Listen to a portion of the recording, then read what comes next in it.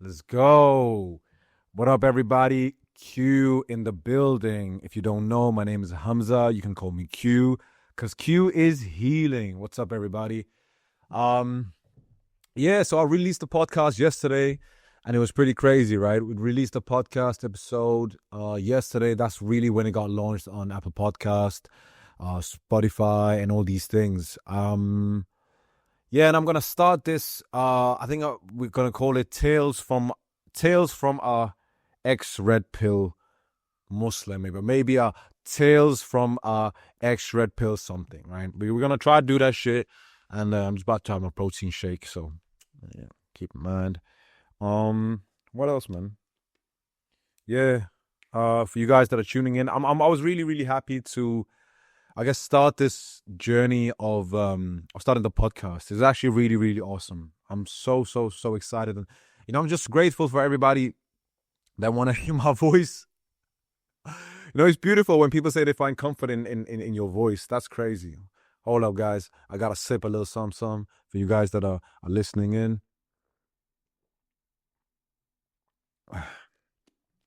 But honestly, it's pretty insane. Like, people can find, comfort in your voice, especially, when you come from a background like mine, where I just thought literally my voice it didn't mean anything, right? Which is crazy to someone that would think, oh my God, you out of everyone, you think that your voice doesn't matter?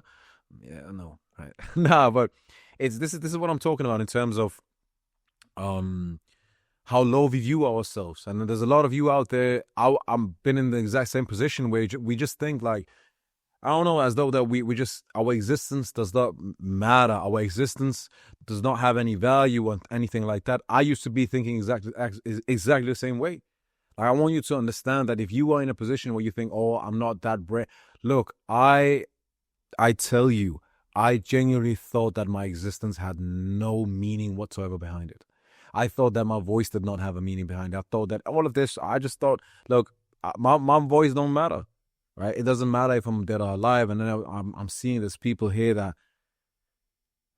all praise be to God. They're just getting so much value out of the things that I'm doing. Right? And it's just magnificent. And that's why I say all praise is due to God. I've got a little brain. I've got a little one for you guys, you little mystics out there. I genuinely believe wholeheartedly, and I think it's becoming more and more evident with time, that nothing exists but God. We do not exist. We are not real. Hamza is not real. Q is not real. You are not real. Essentially, the only thing that exists is consciousness, and everything else is a mental construct of consciousness. And especially when now that you start to look into quantum, I'm still studying quantum physics to really wrap my head around this. There's a lot of ideas from Ibn Arabi that I've just been absolutely fascinated by. Like, someone like Ibn Arabi would come up with these ideas back at those times that are very equivalent to people that do have these psychedelic experiences. And when they have what is also known as an ego death, once they have this ego death, a lot of them, did we just fucking freeze? What the fuck? How the fuck did my shit freeze? Oh, you fucking bastard. Oh shit, what the fuck, man? Alright, so we're back again. I don't know what the fuck happened to the fucking camera, but anyway, we're back again. But we were talking about Ibn Arabi, and essentially with psychedelics, what you start to realize is that your default mode network it just shuts down, right? When you take perhaps a high dose of psilocybin or LSD, or whether you take the big dogs like ayahuasca or the toad, a bufo, essentially your default mode shuts down fully. So your ego does not exist at that point, but you're still aware. You are essentially consciousness, and it feels as though like an experience where you realize that everything is just interconnected with each other. So it's that's, I think, just saw a little brain teaser I just wanted to throw out there. Ibn Arabi is just absolutely, rahimullah, it's just absolutely incredible. Ahead of his time. Oh my God, he was so ahead of his time. And now you're looking into research from, for example, Dr. Joe Dispenza And it seems as though that, a lot of these theories on consciousness, etc., you see that some of these spiritual teachers, they were on something. Right? Not that they were on something, they were onto something. So yeah, all praise is due to God. I'm just really happy that you guys, there's so much, oh my God.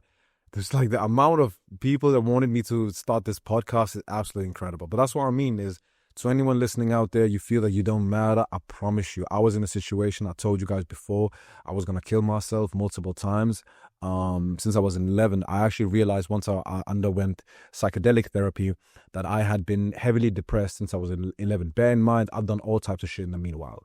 I've done all types of shit, right? I've been like, whatever you in this capitalistic society you consider successful. And to be fair, even from a religious perspective, you may see as being very religious.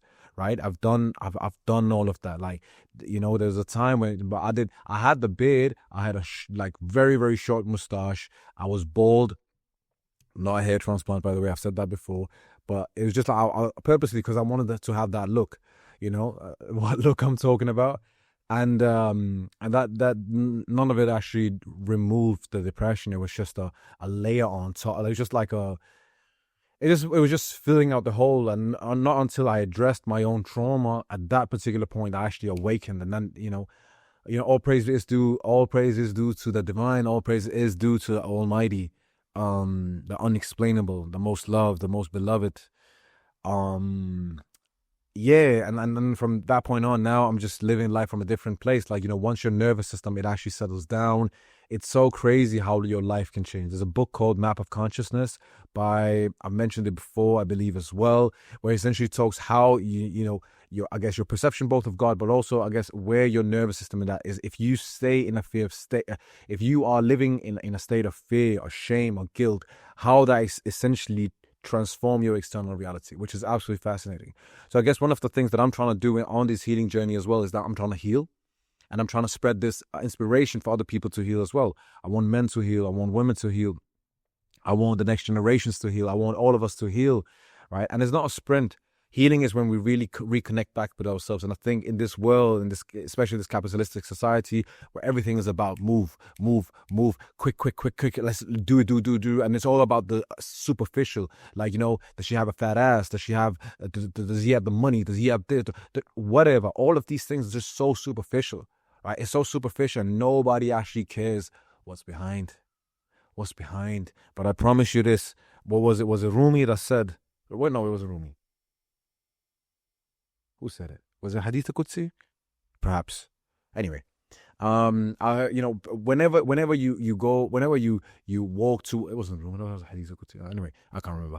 But whenever you go towards God, whenever you walk towards the divine sprints towards you, right? So whenever you are in this soul searching period, and it may not seem as though nothing is really happening.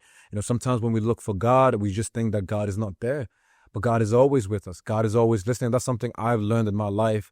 And I think especially with this, with a lot of psychedelic therapy, I've actually had flashback moments of my life, and I've just realized, essentially that God has always been there, right? I'm grateful to be alive, and I'm grateful to be here. I'm grateful to be serving you guys. Blessings to all of you. I'm just, considering where I've been in my life, suicidal, and just really, really, like, literally my nervous system was destroyed. It was absolutely destroyed. And even in things like I would get into shape, or I would always self-sabotage myself. I would always, whether it was a business, whatever it was, I would always self-sabotage it. Because I just didn't think I was worthy. I didn't think that I was worthy. And that was that. So it's just, I'm just very grateful for the fact that I'm able to just be here of service to you guys. Like, me even being alive right now is a miracle. I'm not gonna lie. Me being alive right now is, I guess, all of you beautiful people listening, a lot of you guys too. Right? A lot of you guys too. It's a miracle that you're alive, and that's in the sense that obviously you're a little sperm cell, but not only that, the fact that you survived hell. When I listen to some of you guys' stories, I'm like, oh my God, you literally went through hell. And what you've done is that you created this facade and mask as though, and this voice says, no, I haven't been through hell. I've had it fine. I've had it fine. When in reality, you haven't had it fine. when in reality you went through hell, right? Some of your stories are like this person doesn't realize that they have actually walked in hell. They've actually been in hell, right? It's hell on earth. Oh my God. And this is why I'm so excited for a lot of you guys too. Like, God doesn't put you through hell just for the sake of it. There's always a bigger purpose. And I'm so excited for you guys that are on this healing journey with me. And we are all trying to heal together, right? We are all healing together, which is beautiful, right? It's beautiful because essentially we are now increasing our vibrational state. Guilt, shame, fear, all these negative, or even, I guess the neutral vibrations, which is more, I guess, pride. We are essentially moving all the way up to love. Love is just love and authenticity, right? That's what we're going towards. So yeah, that's what we got. There is some things I want to talk about today, right? There's a few things that I've got on my mind. And I'm just gonna have my notes here so I make sure that I got everything locked down. But I'm honestly very, very happy for all of you guys' feedback. Like, all of the love that I'm getting is awesome.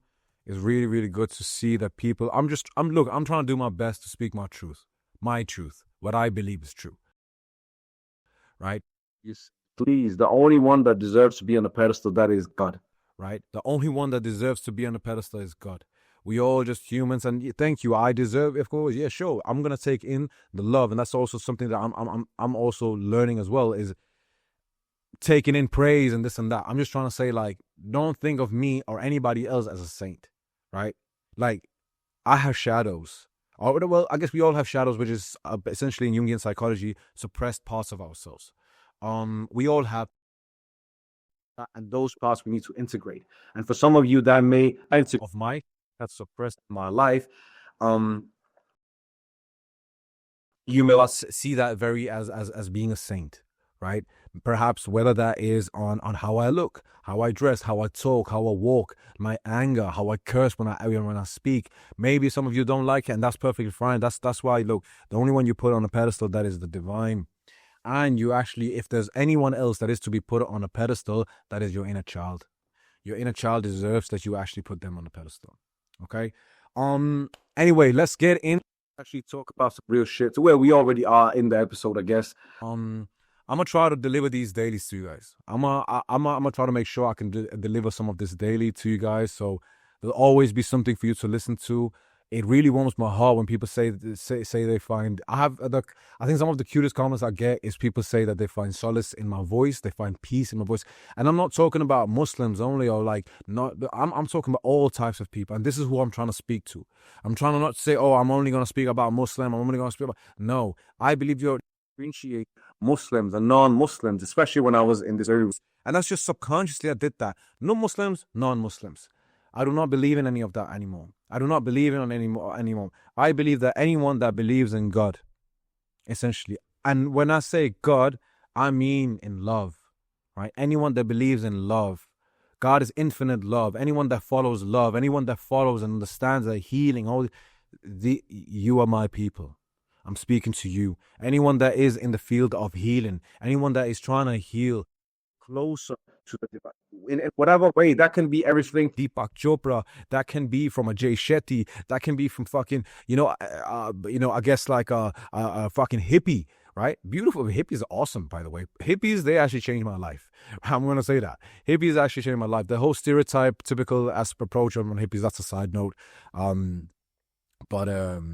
Yeah, you can actually see how the West have actually stigmatized or actually really, really made this idea of what a hippie is. When in reality, when you look at it, the reason it's all propaganda based. Then that's what I said is there's a documentary called How to Change Your Mind on Netflix. And essentially it talks about how Ronald Reagan and all these people, they started this war against, psychedelics, even though there was a massive amount of research that showed that they are extremely safe, not when used, in correct doses and with, the right therapist and all these things. And essentially when you use psychedelics, what ends up happening, like people were finally having breakthroughs. You had, doctors from psychologists and all these massive, there was all of this research. I think it was over 1,000 published papers, if not wrong. That was so much.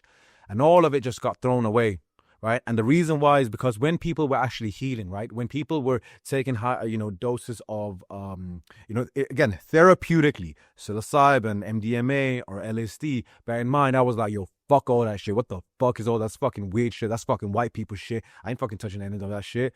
But the truth, that's also how I was brainwashed too, in that sense. Where essentially you realize that there was massive amount of research, and you guys can check it out yourself, all of the research. And then you had the war on drugs that essentially came. And the reason why the war on drugs actually started was essentially because people, when they were healing, they would say, we don't want to fight. We don't want to fight anymore. We don't want to kill. Back in the Vietnam days, they didn't want to go to war. All of a sudden, that's when the hippie movement arose. It's like people said, we don't want to go to war. We don't want to kill other people, right? And not only that, you had, women. They were fighting for their rights, right? So you had women that were fighting for their rights. You had, black people fighting for their rights, and then you had the psychedelic movement. And you see that, even the colleges where they did the same for Gaza, where they basically did like these camps, on these college campuses when they made these camps, in support for Gaza and this and that. They did that back with Vietnam as well, which was really, really threatening to the U.S. empire, like to the empire of America. It was really, really, really, it was dangerous, right? Because essentially what ends up happening when people don't want to go to war, well, you have a problem now, right? How are you going to make sure that you continue staying the empire, right? And you realize that they threw everything out. Now MAPS, you guys can check MAPS. It's an institution that these guys have been working so hard since I believe the 60s or the 70s to actually legalize MDMA therapy, right? And what's fascinating is even their research is absolutely insane. There's some people that are doing, again, therapeutically MDMA therapy with a therapist. It's very important, by the way, because you have some particular neurons in your brain. What do you call it? There's particular neurons in your brain, so you need almost like someone there that knows what they're doing, and I can actually like have your heart connect with this. So again, therapeutically, bear in mind, I'm saying, and obviously check the fucking legality in your fucking country. Don't fucking come after me, bitch. By the way, when I say bitch, that's just how I talk. Right? I'm not calling anybody bitches. Well, some people I am. But yeah, so that's essentially what happened. We have the whole movement on psychedelics is essentially, you see the same with Gaza. If you imagine the propaganda that they're doing against Palestinians and all this and that, even now where everything is so obvious, imagine when shit wasn't obvious back in the 60s and back in the 70s, right? And now you realize all of this was just a bunch of fucking bullshit. It was just a bunch of evil shit. And the reason they wanted to make sure, that's why they started this war on drugs, where essentially it was a failure. Right, the war on drugs was an absolute failure. Sure, there's certain drugs that are really, really dangerous. Let's mention one of the most dangerous drugs, alcohol. Right, alcohol is one of how is it that other things are associated as drugs, whereas alcohol is just alcohol? No, alcohol is the most dangerous drug. They're not interested, and there's all these countries where psilocybin that have shown people that have had CPTSD and PTSD and all this type of trauma, essentially after a few sessions, they see massive improvement in that. And it's just not even massive improvement, it's life-changing. They've had DMT, for example, which essentially is something that is released in the brain when we're born and when we die. And they've given DMT to, for example, people that were, that was dying, and they were really, really scared of death. And essentially they gave them DMT, and what DMT essentially allowed them is to really, essentially, what they say is that they were able to enter another realm, enter the afterlife, and then see that everything would be okay. And this is what I mean. It's like, even in we as people, curious souls, like, come on, why is that not fascinating to someone? That essentially, when you take a high dose of psilocybin, a lot of people, they say, look, we have met, they don't even believe in God.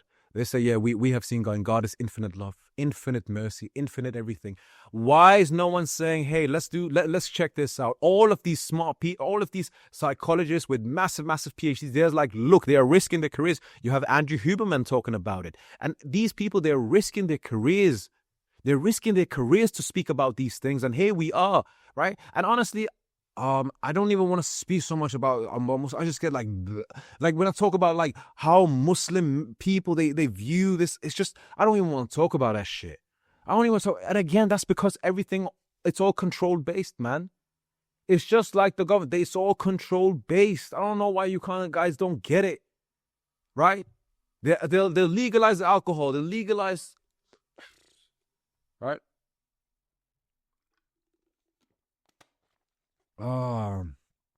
But yeah, you know what? I'm glad at a lot of universities, I guess a lot of people are waking up, and that's awesome. You know, you have these all these researchers that are really risking their careers and this and that to actually speak up about this, which is awesome.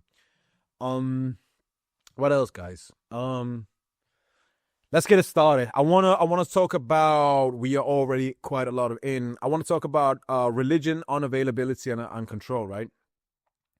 And I think one of the things that I want to talk about a lot, and I speak a lot about men, how they are, you know, acting towards women, essentially. And the reason why I do that, and like I've also talked about this before, is essentially, well, first and foremost, I grew up, you know, with a single mother, and I have seen, I guess I had a lot of empathy for women growing up, because I grew up and I saw how women were treated, especially when there wasn't like men around them, by other men, how other men, and to be fair, a lot of other toxic fucking women, right?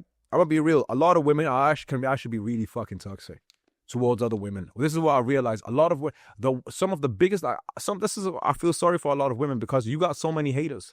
You got on one side, I'm not trying to make you depressed, but it's like on one side you got, like, for the Muslim woman, you got the fucking, a lot of the non-Muslim people. Then you got the Muslim men, and at the same time you have other women, just other women, and especially a lot of Muslim women. Like, you guys, the way a lot of women bully other women is just fucking wild. Oh my God. I guess overall how women bully women as well, I don't know, man. But yeah, man, I just find it crazy. Like, a lot of men, so like I said, for me, I try to speak up about it. I also used to adhere to a lot of this red pill ideology, which is absolutely fucking crazy, and it's actually really retarded.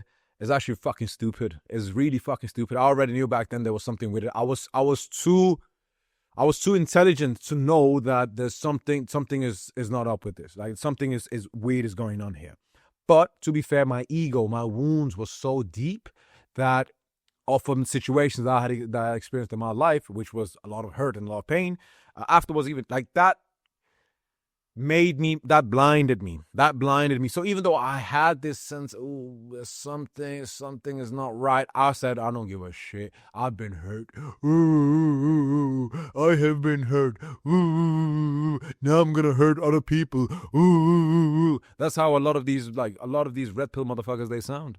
That's what they are, you know?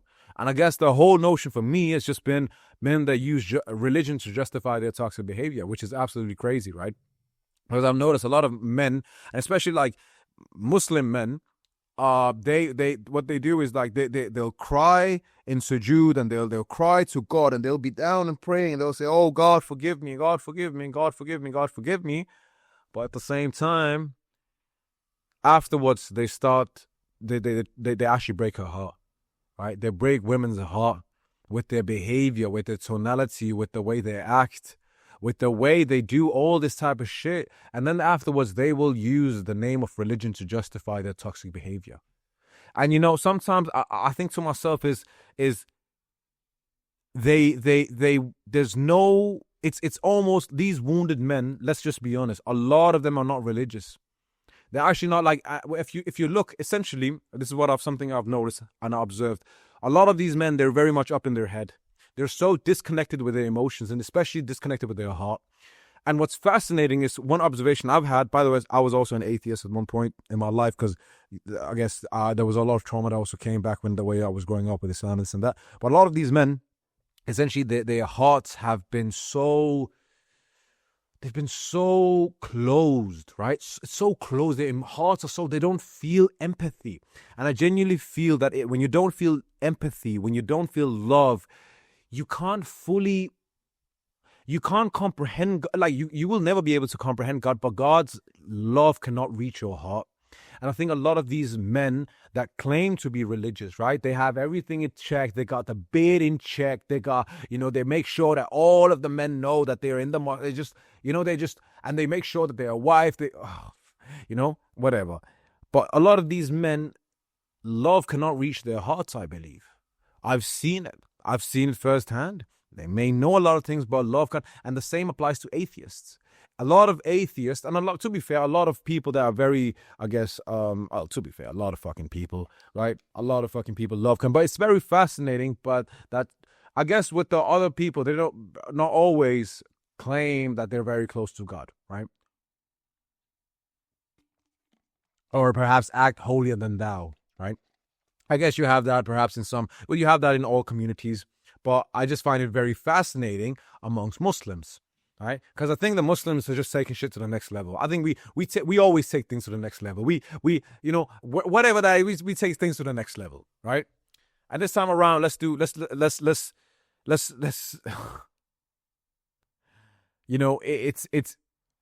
take it to the other level. Let's take it to the level of healing. Let's take it to the level of love. Let's take it to the level of respect, right? Not towards hate. We try that shit. Right, we tried with the hate, we tried with the judgment, we tried with that. Let the new generation come forth. Let's spread love, let's spread goodness, let's spread kindness, and that's also what I try to say to women as well. Is like, look, at the same time, I'm not gonna make even this channel that I'm making. It's not about let me shit on men. Fuck that. There's some women that have been sending me, oh yeah, all men's are pigs. I'm like, yeah, you just fucking heard, but don't fucking say all men's are pigs. You're fucking calling me a fucking pig. Go fuck yourself, right? And I say that in a not in a loving way, but do you understand my point? I'm trying to say that not all men are, like, you can't just go around. That's like me saying all women. There's no difference between you and the red pill motherfuckers then. There's no difference between you and the red pill motherfuckers. If you say all men are piece of shit, there's no difference between you and the red pill motherfuckers, right? And I'll say that, I don't give a shit. I'll say that like it is. They claim that all women are like this and all women are like that and blah, blah, blah, blah. And they're right. And they have wounds. And essentially because you have wounds, you're saying all men are pieces of shit, right? Or no good men exist. I understand that you're in pain. Just like I understand that the red pill motherfuckers are in pain. I understand we are all in a type of pain. I understand. But stop projecting your own insecurity on other people. Look within. Say, what wounds do I have? What do I need to heal? And I don't give a shit whether you're a woman, whether you're a guy, whether you're a dog, whether you're a cat, or whether you're a fucking alien. You have to start looking within, right? Sure, you recognize how people have gaslit you, how people tricked you, how people lied to you, how people really tried to destroy your relationship to the divine. Fair. I'm not saying you don't do that, but at the same time, I'm also telling you, you have to start looking within. Right? If you keep on attracting the same type of partner over and over and over and over again, you have to start looking at, hey, what's up with me? Why do I keep getting the same type of partner? Even in the Quran it says, I'm paraphrasing here, but God does not change the state of a man until man changes what's inside of himself. So we need to, as humans, we need to figure out what is it we need to change internally. And this is what's so fascinating with a lot of the discoveries that are coming nowadays from, especially with quantum physics and all these things, is essentially our internal reality creates our external reality. And if you follow a lot of these, I guess, you have people like Neville Goddard and all these people that were like manifestation, all these things. That's essentially the same things that they're trying to preach, right? So what I'm trying to say is, like, you have to start looking within. Right? You can't constantly say, oh, the world is like this, the world is like this. You have to also take some self-responsibility and say, fair, but I create my world. What will my world look like? This you almost imagine you've got these virtual reality glasses on. That's what reality is. Reality is we have these 3D virtual reality glasses on and we're just fucking looking at the fucking world via this shit. Who are you? Who am I? We do not exist. I saw people like, the motherfucker taking too many psychedelics. The motherfucker taking too many psychedelics. Hey, motherfucker, shut the fuck up. Stop dissing, man. All praise be to the Most High. All praise be to the Most High. Now, I have some watermelon. My watermelon in fucking watermelon in summer is sick. Honestly, watermelon in summer is so sick. Mangoes as well. Man, Pakistani mangoes, they're something else. But I don't know. I love summer fruit. I love summer fruit. Yeah. Another thing I think I want to talk about is yeah. I think one thing that really surprises me is a lot of Muslim men, they'll just be decent and they'll pay for the bills and then they won't cheat. And then they'll say, look, what a fucking great husband I am. And I just start to think to myself, bro, what fucking standard have we made? What kind of creatures have we become? You know what I mean? Like, what the fuck? Oh yeah, I didn't cheat. So basically, I'm a good husband.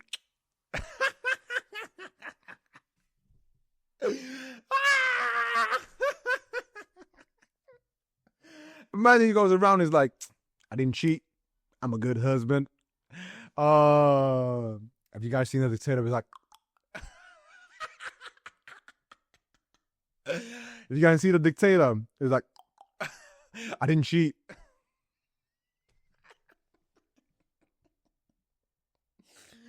Hey. Oh, men. Oh, you fucking men. Oh, we're fucked, ain't we? And we fucked. We're a bit fucked. Men are actually really fucked sometimes, you know? But that's what I mean. It's like, I think almost like us just paying for the bills, right? We just pay for the bills and we just, take care of the house and we just do, I guess we do our shit, right? We do our shit. And all of a sudden we think that's enough. That's enough, bro. Is that, what is she? I think a lot of men, before they go into marriage, they've actually never thought, what do they actually want? They just want, this is what a lot of men, they think they want obedience. Right? They want her to be obedient, submissive, feminine. Why? Because their favorite fucking sheikh, Andrew Tate, fucking said so, right? That's the real, like, that's a lot of modern men. They don't even fucking know what they want out of a relationship. Like, literally, a lot of you should have fucking married guys. I think a lot of you actually are, I don't even think you're bisexual. Maybe you're just gay. Hey, ain't nothing wrong with being gay. You want to be gay? Go be gay. Go be gay. Hey.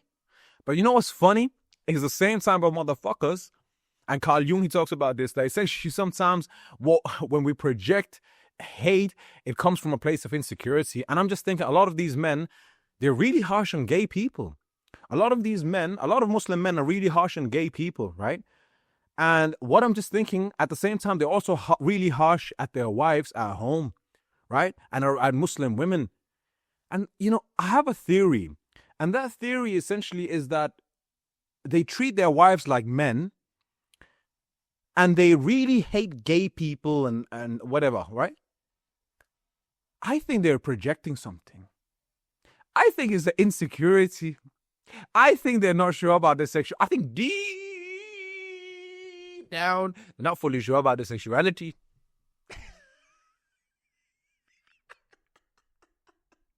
I think a lot of men are not, well, a lot of you are not. On the one side, you fucking hate women. You treat your wife like a guy, right? At the same time, you're like, be feminine, right? At the same time, you're fucking dissing women on TikTok and all this type of shit, right? And then at the same time, against the homophobic, you're so homophobic. It's actually weird. Like, bro, fucking chill. Let people do whatever the fuck they want to do. Fucking chill. If people want to be gay, let people be gay, right? Fucking hell. And I'm just thinking like, hey, maybe you want to, maybe you want to, right? Maybe projecting this whole idea of like hating gay people because you're secretly gay. Maybe you're gay. Hey, maybe you're secretly gay, man. Come, what's with the hate, man? What's with the hate? And especially, you know what I find crazy? It's like, to be fair, while a lot of Muslim men were hiding just when staying within mosques, the real people that really showed up for Gaza when it came to a lot of this activism things, that honestly, I don't give a shit who hates to hear this. I don't give a fuck.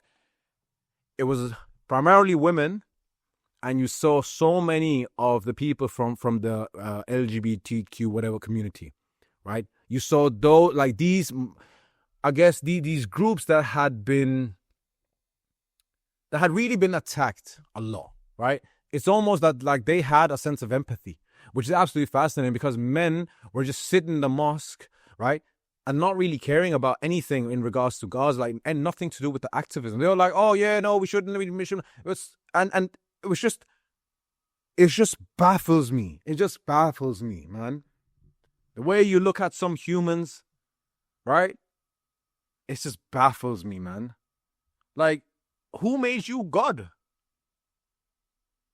You know, a lot of people, they think that, oh yeah, I might have a demon. Like, you know, they do. First of all, I don't even believe in ruqya. I just say that first and foremost, right? And a lot of you don't realize that a lot of these, I guess, jinns or whatever you have, like for example, you are all possessed. This judgment that you have, that's a demon in of itself. That's a demon. Of course, it's like we all should have a healthy level of judgment. Like, sure, that's fine. But this excessive is demonic. You are demons. The way you are, just, you need to check yourself, man. Check yourself before you wreck yourself, fool. Right? But this is the thing, man, is I noticed that a lot of women, as soon as they ask about safety or security, or they just want something, they actually start to speak up for themselves. A lot of the times when women, they speak up for themselves, Muslim women, all of a sudden, men, they go around saying she's a feminist. She's a feminist. And you know what it is? I'll say it like it is. I used to be the same way. You know? I used to be the same way. Because essentially, we can't stand her being in her power. Yeah, I fucking said it. I fucking said it. I think even Gabor Mate, he speaks about the same. That a lot of men, essentially, they fear women. I think so too. I think a lot of men fear women. I think so too. I think a lot of men, they really, really fear women, you know? And that's why we label her. We label her with oh, you're a feminist, you're a feminist. Essentially, what she's just asking for is emotional availability, bruh. Emotional availability, right? Maybe you shouldn't be fucking spending your time all around and being on Pornhub and on top of shit. I don't know what the fuck you're doing. I on gay shit. Maybe you're watching some gay shit. Hey, you watching some gay shit? Hey, you watching some gay shit? Hey, you into that gay shit, right? Which is cool. Hey, if you into gay shit, you stand on business. You stand on business, right? You stand on business. Come out the closet. Come out the closet. Come out the closet.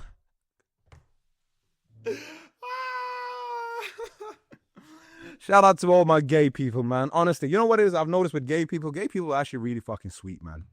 Gay people, honestly, they're really fucking sweet people.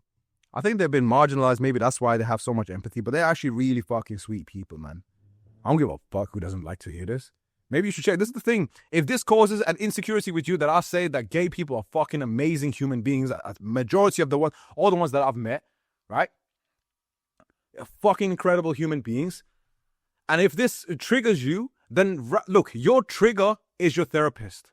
Look at why does this trigger me? Actually sit with yourself. Write down why does it, and then you can say, it's religion. It's religion. What is behind, okay, what's behind religion?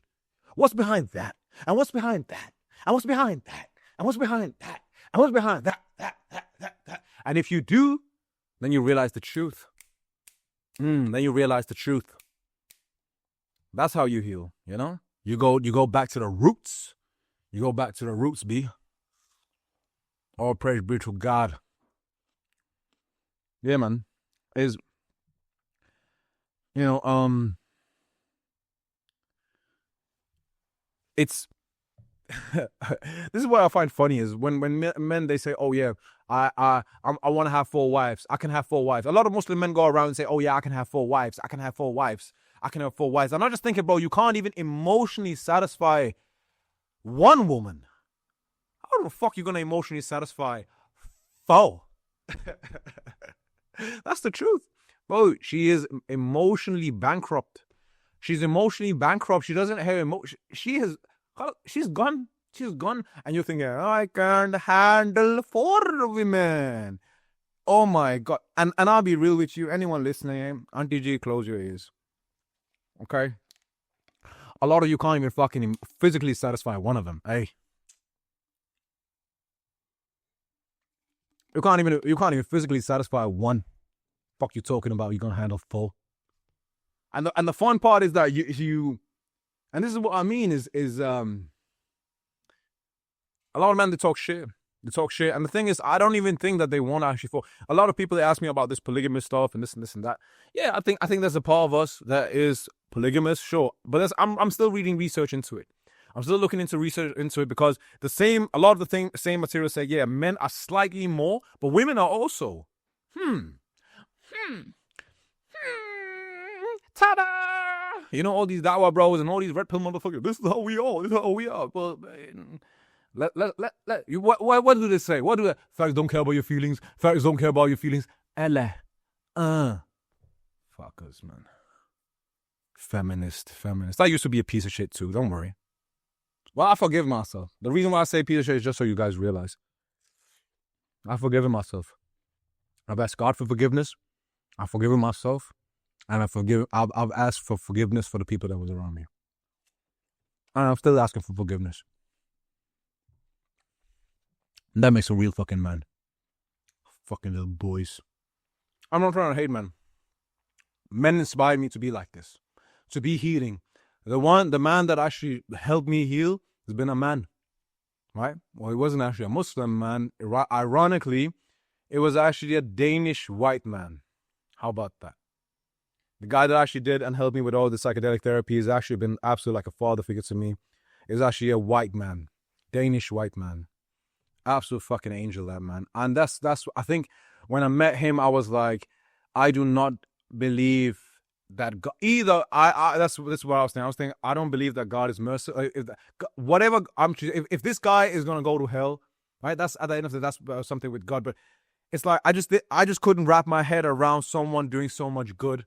But oh yeah, now everyone, you and all these motherfuckers that are spreading so much toxicity, you gonna get to the highest rank, right, in paradise, and someone like this that are really trying to help people heal. And look, he made me want to live again. And I know for a fact, in the eyes, in the most logically, like, for me, it doesn't make sense that that God would throw people and just be like, oh yeah, go to, like, throw them in hell. And that's why I love Ibn Arabi's interpretation of first and foremost, of heaven and hell, how it's metaphorical and how there's so many paths to essentially to heaven. And that aligns so much with what I'm understanding as well, because it just doesn't make sense to me that, you know, a chosen group will only go to hell, because you see that a lot in Abrahamic religions. You say, oh, the Christians, we think, oh, the salvation is through Jesus. And then you got the Jews, and they're like, yeah, they're the chosen people, right? Oh shit, right? We're the chosen people. And we got the Muslims, they're like, who are we? Right? And the Muslims, they're like, hey, we the chosen people too. So you see that a lot in the Abrahamic religions, you know, that we are the chosen, we are the only path, and this and that. So I personally believe God is the most merciful. I believe that God's mercy is unimaginable. I believe that God is infinite. And when I say, please hear in my voice, infinitely merciful. Wow. Infinitely merciful. Infinitely merciful. And I believe, like, look, these people that are going around speaking up for Gaza, doing all of these things, I believe that these are the people of God. I do. I believe that the shamans that are helping people heal day and night, I believe that these are the people of God. I believe that people that are helping other people, whether they're Muslim, whether they're not Muslim, I believe that these are the people of God. Anyone that spreads love, kindness, and goodness and truth is essentially doing God's work. And when I say truth, it doesn't mean, brother, sister, where is your hijab? And not that fucking... Not that type of truth. When I say truth, it's just like someone that is speaking against oppression. Someone that is speaking again fucking bullshit. Not just, look, I could have chosen, oh yeah, I'm a just too male privilege and just not give a fuck about this and fuck you. But no, that's not truth. So I go against my own ego to try, and then I say, hey God, I'm at service to you. I'm a service to you. I'm a service to you. Oh, divine. So what else, man? Shit, what were we talking about, man? I love, you know what's funny is I actually love how the videos they blow up. That's awesome. You guys want some watermelon? Yeah? Yeah. Here you go. Well, here you go.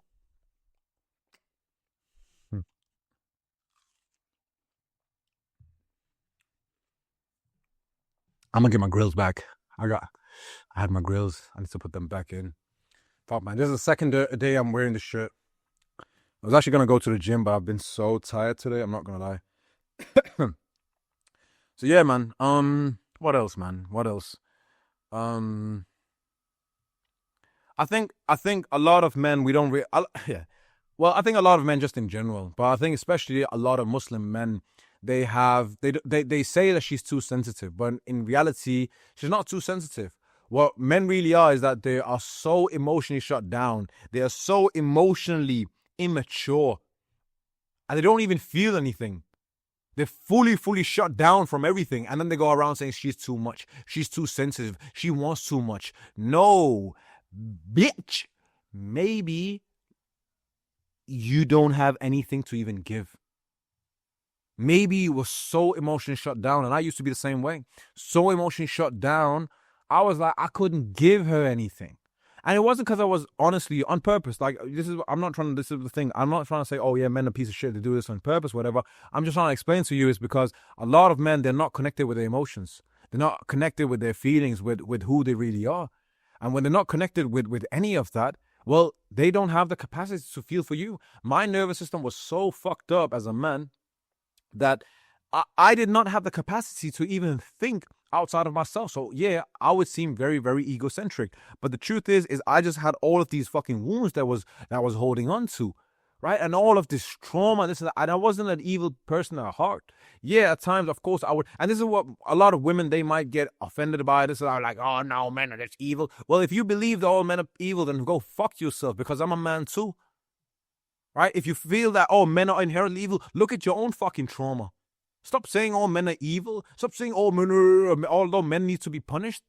The fuck, that's why the red pill movement is all this hatred just going around, right? You got this one side, they're all these extremists fucking, trying to hate on men, and you got like the opposite side, they're doing the same. It's just more hatred and more hatred and more hatred. Come on, man, grow the fuck up. Start looking within. What are you doing? What is happening? What has happened internally in you that you are constantly manifesting the same type of personality, right? You don't have no excuses to not heal your nervous system. You don't have any excuses to not heal your nervous system.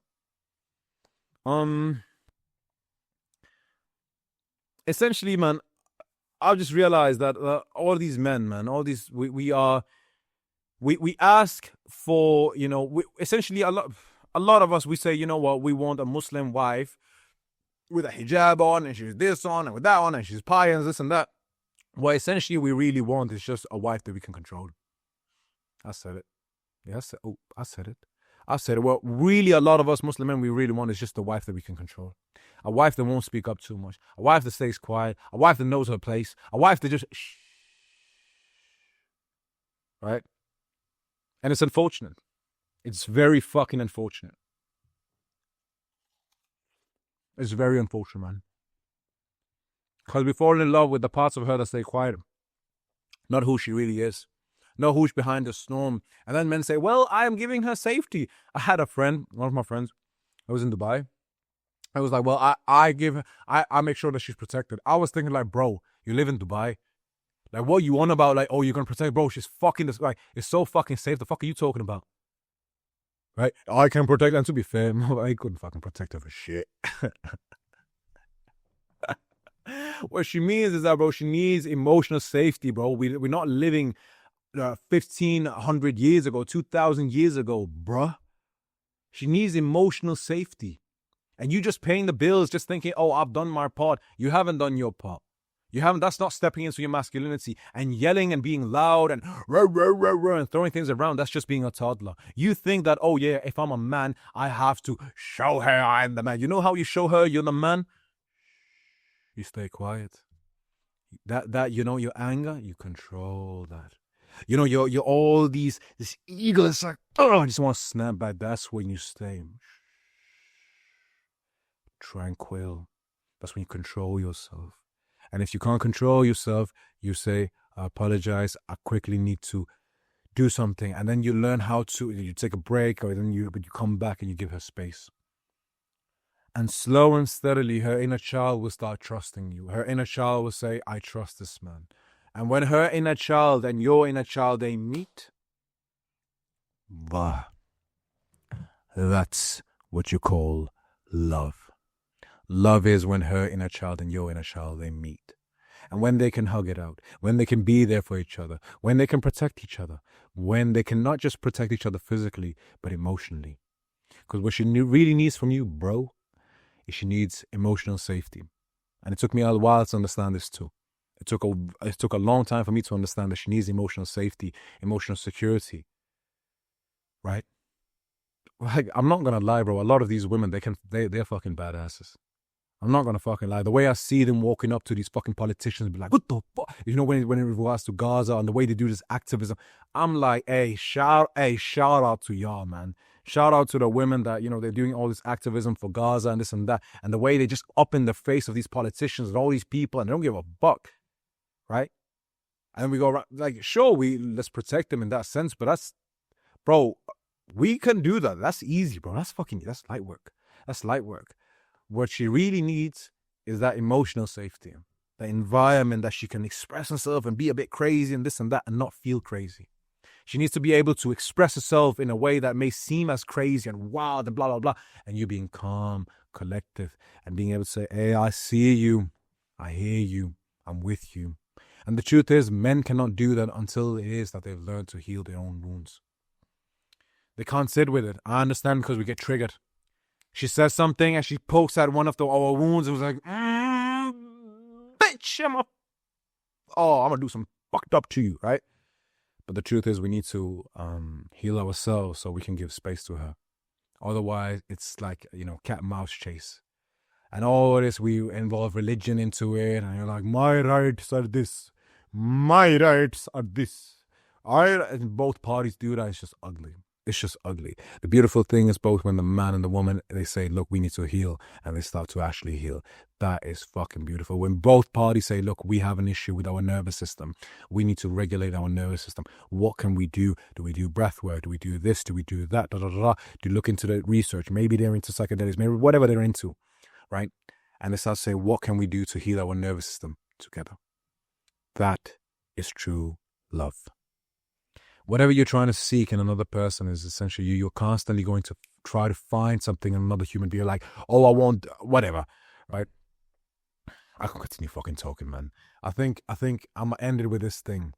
Whatever you are looking for outside of yourself, in order to find that right person, I've realized in my life, we need to change our internal state, right? If we are used to chaos and all of this, essentially we will manifest similar situations in our life with chaos and all this shit. However, if we can learn how to heal parts of ourselves that is used to chaos, perhaps at that point we spot the red flag and we say, no, you little demon. No, Iblis. Abe Iblis. No. Hey. Say that to Iblis. Say, hey, don't come around here, boy. We say to Iblis, don't come around here, boy. Don't come around here, boy. All praise be to the Most High. God is the greatest. Peace out, y'all. I'm going to come out with some more tomorrow. Hopefully, God willing. All praise be to the Most High.